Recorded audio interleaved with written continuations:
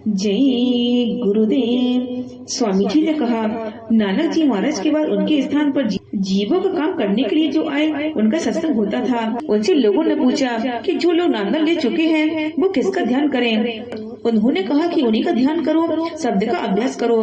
जो भूल भटक हो हमसे पूछ लो, उनको छोड़ना मत। यह नहीं कि उनको छोड़कर हमको मानने लगो।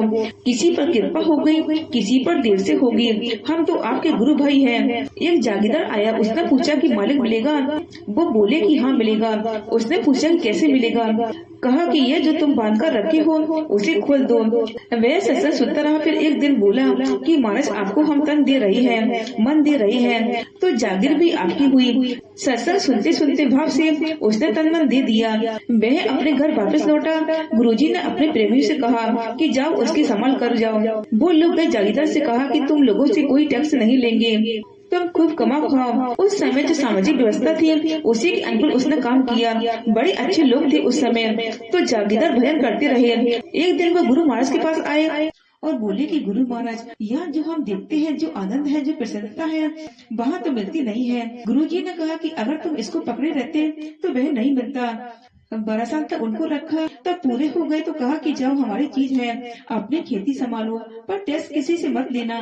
यह बोला कि महाराज इससे बड़ी चीज क्या होगी, जो रूखा सूखा मिले वह खाते और भजन करते।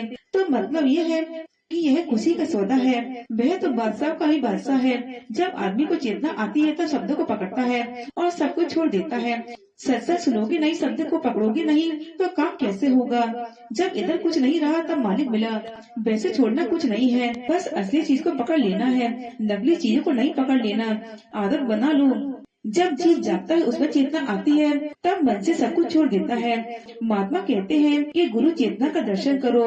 एक तो गुरु बाहर से मिलेंगे, जैसे तुम्हारा शरीर है वैसे ही इनका शरीर है। एक उनका चेतन प्रकाश रूप है जो अंतर में मिलता है। बाहर के शरीर से बाहर समझा बुझलाकर तुमको अंतर में मोड़ेंगे, इसलिए यह शरीर भी जरूरी है। अंतर में तुम्हारी प्रकार रूप में मदद करेंगे। नामदान में वही नाम बताया जाता है जो ले जाने वाला है, वही आवाज बताई जाती है जो आपको ले जाएगी। वह आवाज नहीं बताई जाएगी जो आपको रोक ले। धुनें तो बहुत हो रही है, उसे नहीं बताते हैं। कहा है कि गुरु का ध्यान कर प्यारे, यानी जो अंतर में चरण कमल है गुरु का, उसका ध्यान कर। चरण कमल मिलने का मतलब है कि मालिक मिल गया। वह मालिक का ही चरण कमल है। गुरु शब्द में मिलकर मालिक का रूप हो गया। गुमान किस बात का करता है? वह सबके गुमान जरूर तोड़ देता है। पहले तो माना नहीं, कहता है कि गलती हो गई। मुसीबत का पहाड़ टूटता है, जन्म मरण ही तो मुसीबत है। शान तो तेरी ये है कि जन्म मरण झंझट से ऊपर आ जा। स्वामी जी महाराज का एक शिष्य था, यानी हमारा गुरु भाई था।